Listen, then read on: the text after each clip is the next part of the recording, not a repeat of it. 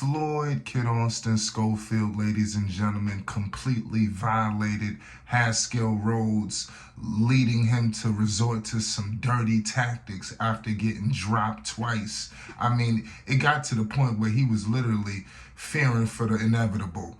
It got to the point in that seventh round where he didn't know if it was coming from the body, the face, wherever. It was getting tricky for him. So Mr. MMA resorted to a very dirty tactic that I really hope that is some ramifications behind. But I mean, it is what it is at the end of the day.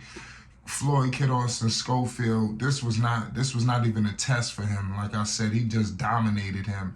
A lot of people thought this was going to be some adverse situation. I guess the dirty tactic played by Haskell Rhodes, led to some sort of adversity. Kid Austin, it led to the medical guys coming in I thought they was going to try to stop this fight, but I'm so happy that it didn't happen. And Kid Austin didn't want this fight stopped. As soon as they rung that bell, he got right back to violation. Make sure you hit the like button and you subscribe to Flight Sports TV for more news, updates, and more. Like I said, Kid Austin, man, this was a crazy, crazy fight.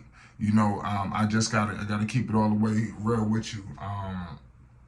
Kid Austin, man, showed power, electricity, just in every shot from the opening bell. I mean, this was a completely crazy, crazy scenario, in terms of people thinking that due to the fact that Haskell Rhodes was training with some of the best in the business, that it was going to resort to some kind of, issue with Kid Austin. Like, Kid Austin is one of the best in the business, and Haskell found that out firsthand. I mean, Haskell's corner was really giving him false instructions, which led to his destruction.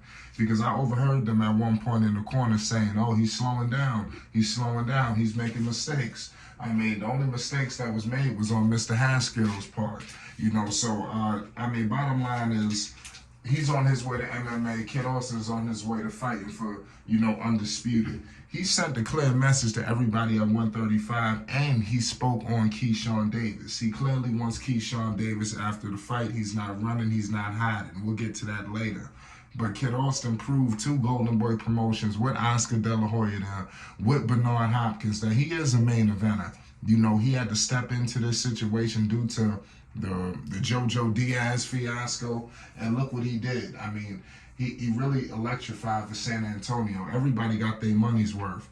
This fight could have ended, what I will say, outside of the dirty tactic that Haskell Rhodes played, I mean, I guess the only credit you would give him is that he didn't stay down, because it was a couple of shots where he should have just stayed on the canvas. But he didn't. He kept getting up, and the referee at some point, I thought, when was he going to do his job? Because he clearly couldn't do nothing. He couldn't swim with Kid Austin, and which led to him headbutting him. I mean, that's just filthy, man. I mean, he got to go to MMA with that, man. That's wild. And I love how Kid Austin acknowledged to him that he did that on purpose. Because that was clearly done on purpose. And I hope that he never fights for Golden Boy Promotions ever again. But I did hear Floyd Schofield Jr., his father, the trainer, Kid Austin's father, state that he would like for him to get down with him, and maybe sharpen up his tools, because he may need to get in the toolbox, really sharpen up his boxing skills. But his age, I mean, it is what it is at the end of the day. He only has been knocked out one time. So I think that Kid Austin was trying to deliver, obviously, that second knockout. He was just a little too slow. Kid Austin was a little too overzealous at some points in this fight, where he was gunning for that knockout, especially, I would say, in that third, fourth round. I think he started to get back patient around the fifth and sixth. And he was just really on cruise control. He never lost a round. You understand? Haskell never even came close to winning one single round. This is the complete domination that was put on by Kid Austin. Now, I mean, it is what it is. A lot of people, believe it or not, man, and I've been listening to a lot of Joe Schmoes out there. A lot of people want to see Kid Austin go through some adverse situations, but they're gonna have to get the right people in the ring, man, so we can violate them too. I don't understand how people thought that it was gonna be some sort of test, with Haskell Rhodes. Kid Austin never sat down at all in that fight. You understand? Haskell sitting down. I mean, You would have thought he ran a marathon the way he was sitting down in between rounds. I'm telling you. I mean, he was just going crazy. You understand, in terms of his breathing, his endurance, and things of that nature. I knew he couldn't hang.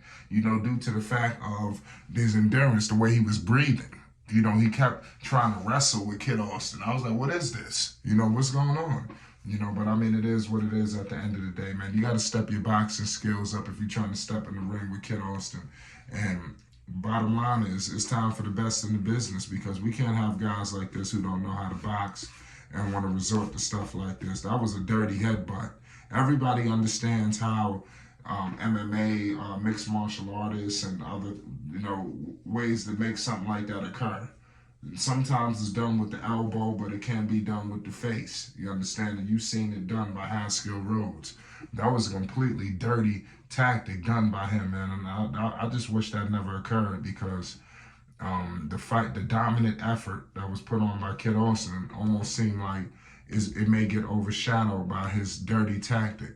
But like I said, Kid Austin just did him filthy, man. I mean, power blow after power blow, right hand, left hand, just stepping back, just on his wheels, just the way he was moving, just very athletic, accuracy, speed. You've seen all of that come to life against Haskell Rhodes. We're gonna definitely document more on this situation, this fight.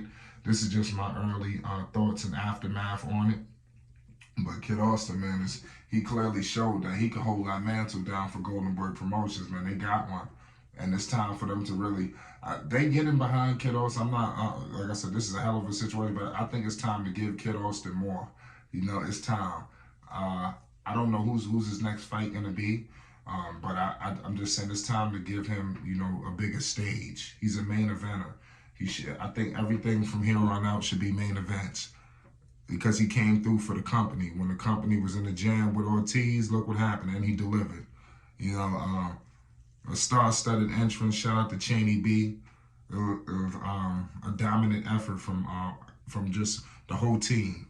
And like I said, we're gonna be here documented. We're gonna have the champ here, for an interview once he gets healed up. He got to get stitches. But Haskell Rhodes, man, that's dirty, man. You gotta step your boxing skills up.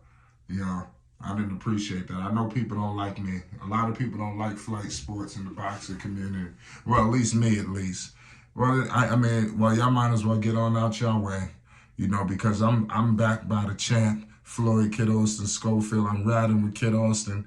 I'm not riding. I'm not searching around looking for any other fighters. You understand? I'm riding with Kid Austin, and I'm telling you, it's going down. The next fight is going to be another electric performance. And he's on a collision course with some of the greatest fighters in the business. And when he gets that opportunity to step in the square circle, he will violate them just like he did Haskell Rhodes, just like the many others. It's Flight Sports TV. The undefeated streak reigns supreme. Y'all better pay the utmost homage, man. Kid Austin, man, dominant. It's Flight Sports.